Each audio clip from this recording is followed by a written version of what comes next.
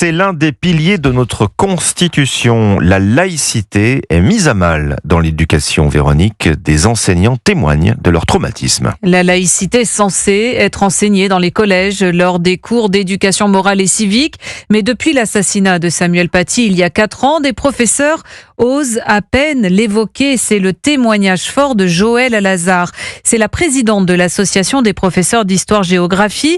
Vendredi, elle était à la barre à la cour d'assises spéciale de Paris où sont jugées 8 personnes après l'assassinat de Samuel Paty.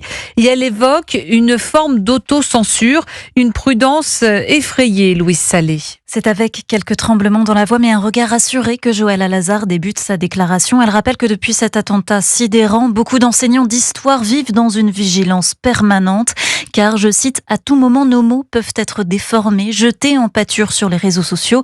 Joëlle Alazard se confie après l'audience au micro d'Europe 1. On a des parents qui s'immiscent dans nos enseignements pour des raisons religieuses ou pour des raisons politiques. Il faut absolument préserver nos contenus, rappeler sans arrêt que les programmes ne sont pas négociables et que je ne vois pas comment on peut faire cours sur la Renaissance sans utiliser des tableaux ou des sculptures où il y a de la nudité. La Cour l'interroge ensuite sur la pertinence de montrer les caricatures de Charlie en classe. Monsieur Paty suivait scrupuleusement les programmes, répond l'enseignante.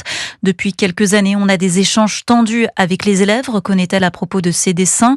Certains jeunes collègues s'autocensurent et c'est préoccupant. Avant de conclure, nous voulons être protégés par la République. On ne fait pas ce métier pour être coupé en deux par un islamiste. Louise Salé pour Europe 1. L'assassinat de Samuel Paty. 8 personnes sont donc jugées à la cour d'assises spéciale de Paris jusqu'au 20 décembre.